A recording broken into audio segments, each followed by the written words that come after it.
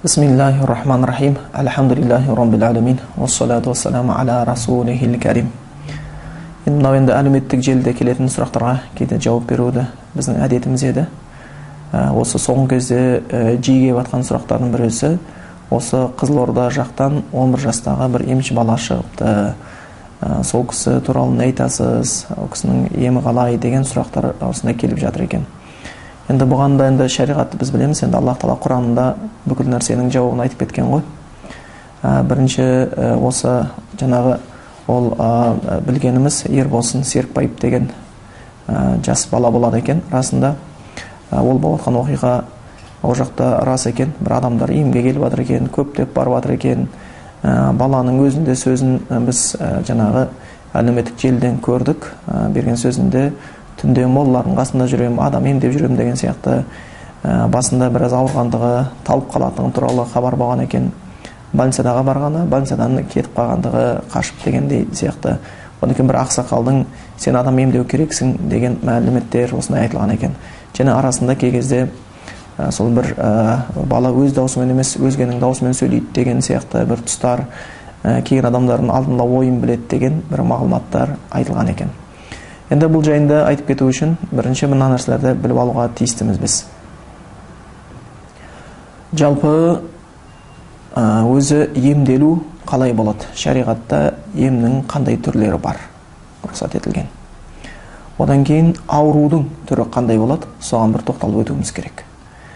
Емдеудің шариғатта екі түрі көрсетілген: биддауа ва биддуа деп келеді екен. Біріншісі биддауа деген дәрі-дәрмек. Бұл кәдімгі медицина.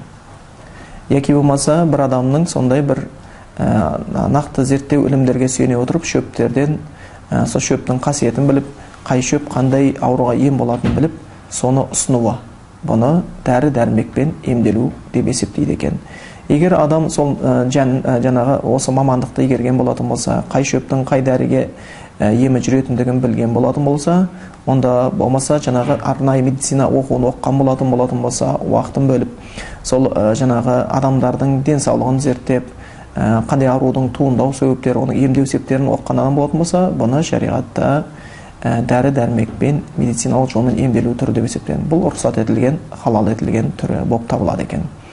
Екінші емделудің екінші түрі бар, биддуа дейді. Ол Аллахқа жалыну, жалбарыну арқылы жасалатын емдер.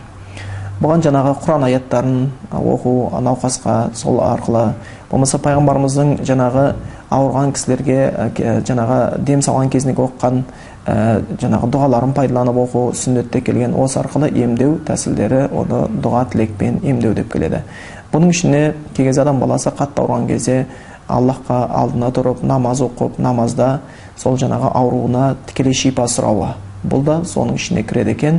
Аллах Тағала, өзім ауырдым, шипа бер, яки болмаса бір жақынымыз ауырды, баламыз ауырды деген сияқты, туысқанымыз ауырды, соған шипа бер деген сияқты дұғаменен емделудің екінші бір түрі болып табылады екен. Бұл да шариғатта көрсетілген дұрыс тәсілі болып табылады екен. Ал енді одан бөлек және емдеу тәсілдері кездесіп қалады. Шариғатқа қарама-қайшы түрлер, ол мынау жаңағы жындарды пайдаланып емдеу деген сияқты. Болмаса емдеу барысында шариғатқа қарама-қайшы болған іс-әрекеттерді пайдалану арқылы емдеу, жаңағындай Алладан өзге бір нәрсеге сыйындыру арқылы, жаңағы моллаларға апарып түнету арқылы, яки болмаса өмірден өтіп кеткен әруақтарға сыйындыру арқылы емдеу. Бұл емнің түрі шариғатта тыйым салынған емдердің қатарына кіреді екен. Бұл айтқанда ол адамдар кей кезде тәніне ем тапқанымен жүрегіне ауру табады, өйткені ол иманға үлкен бір нұқсан келтіреді екен. Ол Аллахқа серік қосып қалады. Аллахтан өзге нәрсеге бір табынушылық пайда болып қалады. Сол үшін Аллах Тағала ондай кезде ондай адамдарда фи қулубихим марад дейді, олардың жүректерінде ауру бар дейді. Яғни керісінше сеніміне, жүрегіне ауру туғызып, ол бұрынғыдан да бетер зиян ауруға ұшырап кетуі әбден ықтимал екен. Енді бұл жердегі жаңағы Ерболсын деген атты баланың емі қайсысына жатады деген сұраққа келетін болсақ, шариғатта көрсетілген екі емделудің жолы бар екен. Бұл жердегі біз Ерболсының емдеу жолы ол не жаңағы рұқсат етілген медициналық жолға тәсілге де ұқсамайды, ол шариғатта көрсетілген дұға тілек тәсіліне де кірмейді. Өйткені шариғатта келгені ол емді бір Аллахтан сұрау керек, Құран аяттары менен дем салу керек болып табылады. Бұл жерде жаңағы бір тылсым күштің пайдаланып жатқандығы айтылып кетеді екен. Тылсым күшті енді көбінесе халықтар екі нәрсемен түсіндірісі келеді. Көбінесе бізде келетіні бұл әруақтар арқылы. Бір әруақ келді, әруақ қонды, әруақ арқылы емдеу деген нәрсе бар. Бұл негізі қате ұғымдардың қатарына кіреді екен. Өйткені әруақ дегеніміз не? Әруақ дегеніміз кім? Бұл сұраққа бір тоқталып өтейік. Әруақ дегеніміз адамның былай айтқанда тірі кезде өмір сүріп, кейін өлім жетіп өлгеннен кейін денесі жерге көмілген кезде денесінен шыққан рухты соны әруақ деп атайды екен. Бұл енді арабтың сөзі, көпше түрде аталғаны жекеше түрі рух деп аталады, көпше түрі әруақ деп аталған, соны бізде халық қоғамында әруақ деп атап кеткен. Енді кейбір ұғымдарда, діни сауат төмен жерлерде сол өлген адамдардың рухы тірілердің арасында жүріп, оларға қандай да бір көмек, жәрдем, осындай бір ем жасауға көмектеседі деген ұғымдар бар. Бұл қате ұғым болып табылады. Өйткені Аллах Тағала адамзат баласының жаңағы өмір сүру кезеңдерінде әрқайсының өзінің бөлек-бөлек кезеңдерін жасап қойған. Адам баласының әкенің белінде болған кезеңі, әкенің белінде жатқан кезде ол ананың бойына жаңа өте алмайды, болмаса басқа әлемге араласа алмайды. Одан кейін адамның анасының бойында болатын кезеңі бар. Бұл кезде ананың бойында жатады, дүниедегі тіршілікке араласа алмайды. Одан кейін жер бетіндегі кезеңі бар. Жер бетінде тіршілік істеді, бірақ о дүниеге барып өтіп кете алмайды. Одан кейін барзах әлемі деп қояды. Мынау адамдар өлгеннен кейін бүкіл өлген адамдардың рухы жиналатын, соны тұратын әлемді, барзах әлемді, сол әлемде болады. Ол әлемдегілер бұл әлемге өте алмайды екен. Яғни ондай болатын болса, әруақтар олар барзах әлемінде.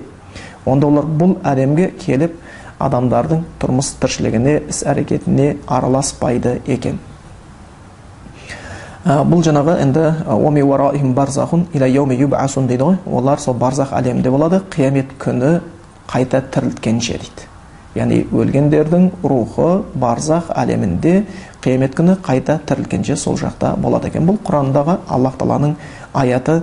Сондықтан Аллахтан ақылдымын деп, Аллахтан артық сөз айтамын деп ойлайтын адам шынымен де қателескен адамдардың қатарына кіріп қалады екен. Бұл бір мәселе. Екінші, пайғамбарымыз саллаллаху алейхи жеткен хадисте кісі баласы өлген кезде, енді жаңағы тән мен жан ажыраған кезде, рухы кеудесінен шыққан кезде не болады деген? Иза мата ибну адам инқата амалуху. Кісі өлген кезде оның ісі тоқтайды дейді. Яғни өлген адам тірілерге көмек жасай алмайды.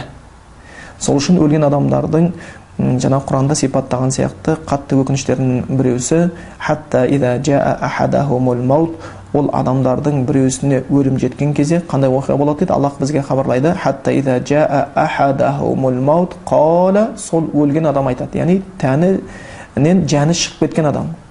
Адам не деп айтады екен? Роббиржиун, Алла қайтаршы, қайтаршы, қай жаққа? Мына дүниеге қайтаршы дейді. Бұл не деген сөз? Мына дүниеге келе алмайды деген сөз ғой. Ол дүниеге өтіп кетті. Роббиржиун, бірінші бұл аяттан ұғынатын нәрсеміз, яғни өлген адамдар қайтадан мына дүниеге келе алмайды. Бірінші, бұл өмірде әруақтардың жоқ екенін білу үшін. Екінші, олар Роббиржиун деп өкініште жылап еңіріп айтады: Алла, Раббым қайтаршы, мына дүниеге қайтаршы, лаалли а'малу солиха, яғни сен бұйырған ізгі амалдарды орындауым үшін деп айтады екен. Яғни намазым оқылмай қалды, намазымды оқиын, қайттан қайтаршы. Оразам тұтылмай қалды, оразамды тұтып қайтайын. Зекетім берілмей қалды, зекетімді беріп қайтайын. Әкешемді сыйламадым, әкешеме жақсылық істеп қайтайын деп дүниеге бір салихалы істі істеу үшін Аллахтан рұқсат сұрайды екен. Бірақ қайта алмайды. Оларға кәллә иннаха кәлиматун қайлуха дейді. Олардың бұл зар еңірегендерге жай бір сөз, ешқандай құны жоқ. Олар дүниеге қайтарылмайды. Барзах әлемінде болады. Иля яуми юбъасун, қиямет күніне дейін деп келеді екен. Бұдан біз не нәрсені оқып отырмыз? Бірінші, өлген Құран аяты бойынша адамдары мына дүниеге қайтып келе алмайтындығы өлгеннен кейін болды. Олар барзах әлемінде, тірілердің дүниесіне қайтып келе алмайды. Екінші мәселесі, олар ізгі амал істей алмайды. Ал енді әруақтар келіп дүниеде біреуді емдеп жатқан болатын болса, онда ол ізгі амалдың қатарына жатады. Егер тірі адам, бір адам ауырып қалды. Ауырған кезде аптекадан дәріге болған дәрі беріп, оны емдеген болатын болса, оған сауап жазылады. Үлкен сауап жазылады. Ал онда білсе, өлген адам өлгеннен кейін сауап жасай алатын болса, онда өкінгеннің не пайдасы бар? Қайтар, мен жақсылық жасайын деп. Жасай алмайды екен. Тіпті ондай біреуге ем қондыру тұрмақ намазына уже мүмкіндік жоқ, намаз тірі кезде ғана оқисың, өлгеннен кейін болды, амал жоқ, тек қана есеп болып табылады екен. Сонда бұл аяттардан нақты көріп отырғанымыз, әруақтар бұл әлемде келіп біреуге ем жасап жатқан жоқ. Онда сұрақ туады, онда кім ол? Онда қария болып көрініп жатқан кім? Онда ем жасап жатқан кім? Ол кім деген сұрақтар туады.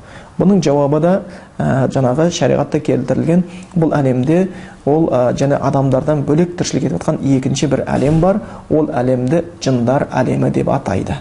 Ол жындар әлемі кей кезде адамдардың тіршілігіне араласып кетеді. Құранда келген сияқты деген сияқты жындар өздері хабар береді. Құран аятында айтқан сияқты біздің арамызда мұсылмандар бар, біздің арамызда былай айтқанда күнәһарлар бар деп келеді. Енді олар кей кезде адамның тірлігіне араласады екен. Құран аятында келеді: «Иннаху яракум хуа ва қабилуху мин хайсу ла тараунахум». Ол дейді, жындар дейді, көреді сендерді. Ол жаңағы болмаса оның әскері, жындар, шайтандар сендерді көреді, сендер оларды көре алмаған жерлерден деп келеді екен. Яғни олар адамды сыртынан көре алады, бірақ адамдар оны көре алмайды. Бірақ кейбір тұстарда олардың көріну мүмкін бейнесін өзгертіп, жылан бейнесінде, ит бейнесінде, тіпті адам бейнесінде көріну мүмкін. Сондықтан бір жанашыр болып, бір жақсы ойлағыш болып, оларды осындай бір істерге апарып, емдеймін, ем қондырамын деген сияқты, сен емдейсің деген сияқты болып келу мүмкін. Сондықтан ол нәрсенің қазақта бір көне мақал бар, ол мақалдың жаны бар. Құран сөзіне сәйкес келген үшін әруақ, әруақтың арты жын дейді. Яғни біреу әруақ, әруақ деп бір нәрсені айтады, ең соңында ол жынның шаруашы болып шығады, ең соңында әйтеуір адам өзі сол әруақты жүргізі жын болып шығып, жынның артында жүндеп кетеді екен өзі жаңағы адам баласы. Сол үшін олар жаңағы дүниеге араласып, кей кезде адамның тіршілігіне араласып жүреді, адам оны көрмеу мүмкін, олар кей кезде көріну мүмкін, бейнелерін өзгерте отырып, соны адам баласы оны шатастырып қалуы бұл жерде әбден ықтимал. Енді бұл жердегі жаңағы Ербосын деген баланың жағдайы осы бір жындар әлеміне қатты ұқсайды. Сонда бұл жерде қатты сақтау керек. Ертең бала бізден білуімізде қазір сол бір ем қылам, басқа қылам деп мектептегі оқуын кішкене қалдырыңқырап қойыпты. Ол да баланың келешегіне үлкен бір зиян тигізеді. Одан кейін жаңағындай сол бір кей кезде емдеу барысында өз даусымен емес, өзгенің бір даусымен сөйлейді дейді екен. Бұл яғни ол баланың ішіне екінші бір әлемнің кіріп кеткендігіне ұқсап тұратын әле. Өйткені жаңа адамның ішіне екінші бір жын кірген кезде адам өзгенің даусымен сөйлеу деген нәрсе болып қалады екен.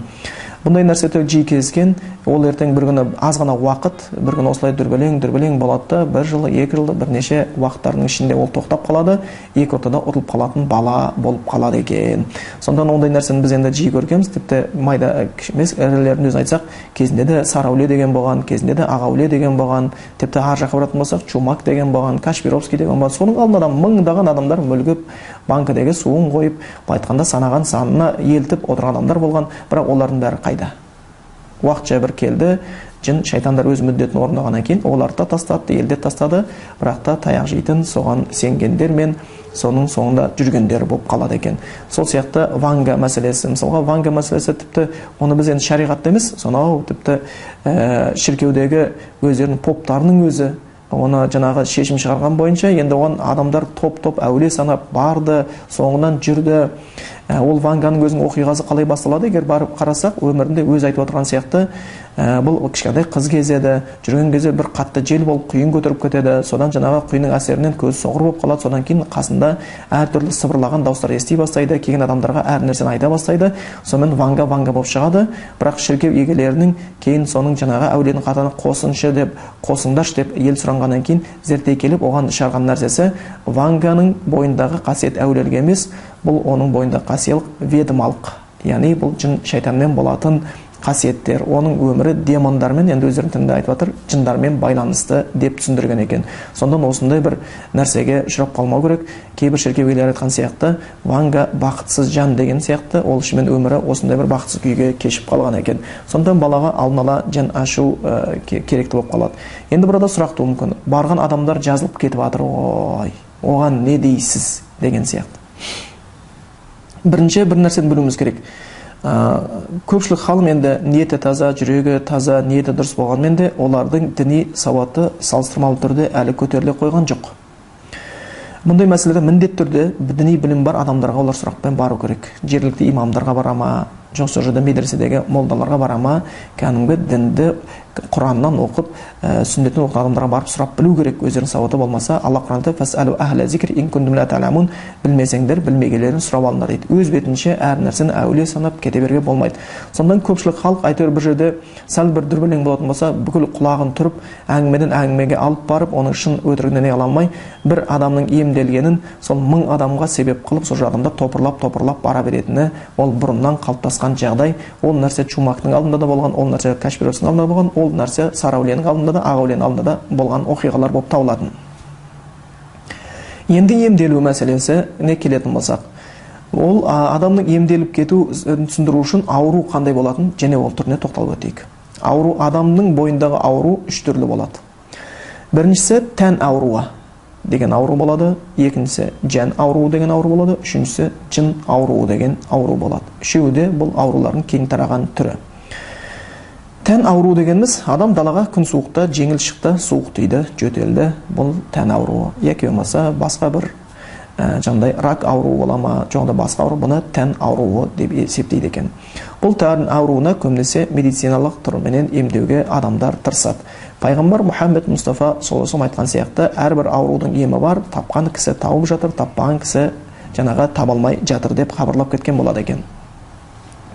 Екінші жаңағы аурудың түрі ол жан ауруы. Бұл деген адамның бір қатты бір күйзеліске ұшыраған кезі, болмаса отбасында бір қатты ұрыс керістерден бір шешім қабылдай алмай, қатты уайымға түсіп кетуі деген сияқты, қасында қолдайтын адамдар шешім табылмаған нәрселерді бір құлдырауға, рухани құлдырауға түскен кезін бұны жан ауруы дейді. Ол кездегі ем көбінесе жақсы бір шын жанашыр, насихатшыл, Құдайдан қорққан адамның сөзі, сабырлыққа шақыратын, парасаттылыққа шақыратын, ұстамдылыққа шақыратын, сондай бір тамандылыққа шақыратын сөздер бұл ем болып табылады екен. Және ол кездегі көбінесе Құранда айтылған аяттар, пайғамбар жеткен хадистердің емі бұл жерде өте үлкен. Сол жердегі Құран аяттарын оқып, мағынасына көңіл бұратын болса, хадистегі пайғамбарымыздың сөзін оқып көңіл бұратын болса, ол да ем болып табылады екен. Үшіншісі жын ауруы. Бұл да бір аурудың түрі. Өйткені шынымен де жындар кей кезде біз айттық, адамның өміріне араласып, зияндар беруі әбден ықтимал. Сол үшін пайғамбарымыз Мұхаммед Мұстафа саллаллаху алейхи вассалам жындар зиян бермеу үшін, шайтандар зиян бермеу үшін үйге кіретін кезде бисмиллах деп кіруді бұйырған болатын.